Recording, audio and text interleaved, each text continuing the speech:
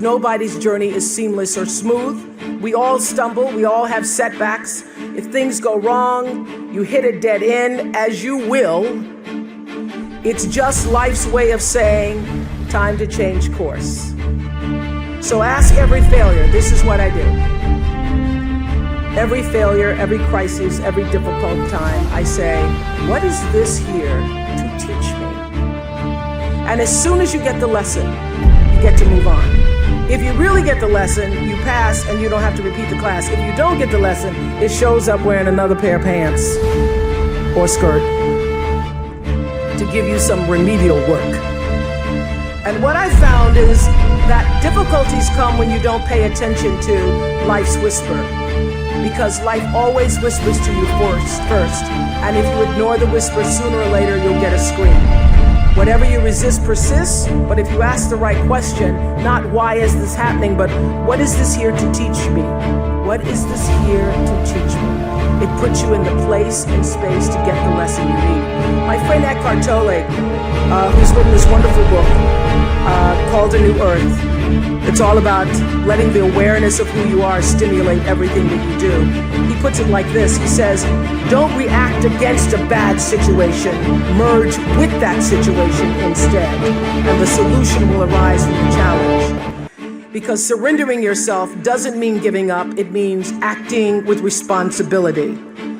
Okay. Many of you know that, as President Hennessy said, I started this school in Africa. And I founded the school where I'm trying to give South African girls a shot at a future like yours, Stanford. And I spent 5 years making sure that school would be as beautiful as the students. I wanted every girl to feel her worth reflected in her surroundings. So I checked every blueprint, I picked every pillow, I was looking at the grout in between the bricks. I knew every thread count of the sheets. I chose every girl from the villages, from 9 provinces, and yet, last fall, I was faced with a crisis I'd never anticipated. I was told that one of the dorm matrons was suspected of sexual abuse. Well, that was, as you can imagine, devastating news. First I cried, actually I sobbed for about a half an hour, and then I said, let's get to it. That's all you get, is a half an hour. You need to focus on the now, what you need to do now. So I contacted a child trauma specialist, I put together a team of investigators, I made sure the girls had counseling and support, and Gail and I got on a plane and flew to South Africa. And the whole time I kept asking that question, what is this here to teach me? And as difficult as that experience has been, I got a lot of lessons. I understand now the mistakes I made because I had been paying attention to all of the wrong things. I built that school from the outside in, when what really mattered was the inside out. So it's a lesson that applies to all of our lives as a whole. What matters most is what's inside. What matters most is the sense of integrity, of quality, and beauty. I got that lesson. And what I know is that the girls came away with something too. They've emerged from this more resilient and knowing that their voices have power. For other people's children, what they were not able to do for their own boy. The lesson here is clear, and that is if you're hurting, you need to help somebody else ease their hurt. If you're in pain, help somebody else's pain. And when you're in a mess, you get yourself out of the mess, helping somebody out of theirs. And in the process, you get to become a member of what I call the greatest fellowship of all, the sorority of compassion and the fraternity of service. The Stanfords had suffered the worst thing any mom and dad can ever endure, yet they understood that helping others is the way we help ourselves. And this wisdom is increasingly supported by scientific and sociological research. It's no longer just woo-woo soft skills talk.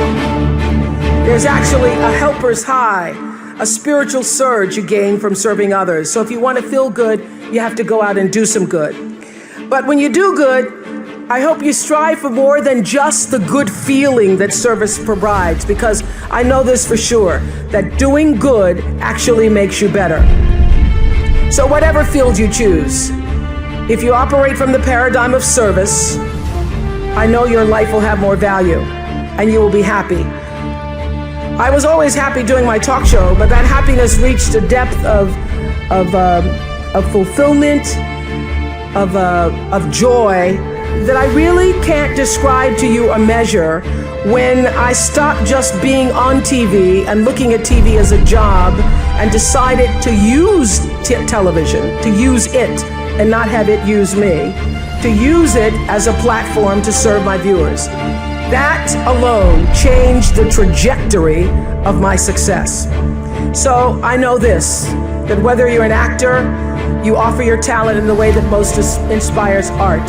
If you're an anatomist, you look at your gift as knowledge and service to healing.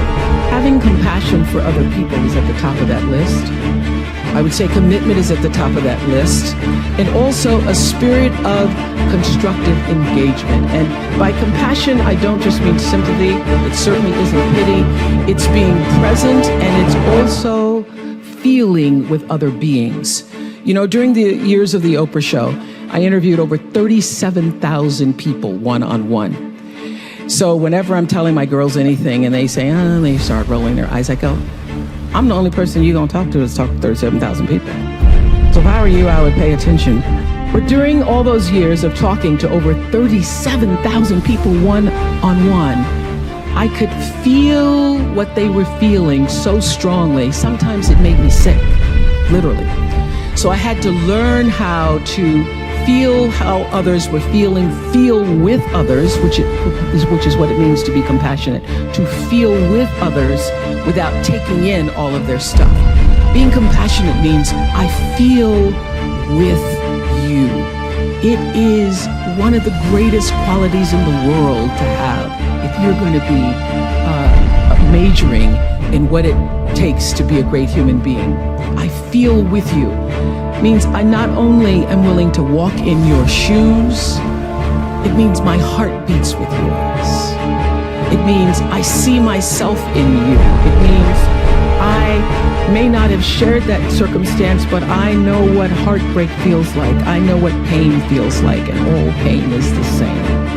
It means I can feel your will to want to do better and be better. And I feel and I am with you. In spite of everything that's happened to you, I feel your need to rise. I want to help you rise. I want to rise with you. If you can capture the humanity of people, if you can just capture the humanity of the people, of the stories that you're telling, you then get that much closer to your own humanity. And you can confront your bias, and you can build your credibility and hone your instincts and compound your compassion. You can use your gifts, that's what you're really here to do, to illuminate the darkness in our world. So many people are worried about building a brand. I hear kids on social media talking about their brand. And I used to really resent the word when people would say to me, oh, you have this brand, because I never even thought about a brand. I just thought about day in and day out, making the best, right choice for me. But now I embrace it because I recognize people see me as a brand. But for me, it's not a business. It is a question of what do you stand for? And I will say this, you're nothing if you're not the truth. So I've made a living, I've made a life, made a fortune, really. It's fantastic. All good from being true to myself. And that's if I could leave you with any message today, that is it. The biggest reward is not financial benefits, though it's really good. You can get a lot of great shoes. Nothing wrong with great shoes. But those of you who have a lot of shoes know that having great shoes and a closet full of shoes or cars or houses or square footage doesn't fill up your life. But living a life of substance can. Substance through your service, your offering of your whole self. And the baseline for how do you live a life of substance is whatever is the truth for you. What do you stand for?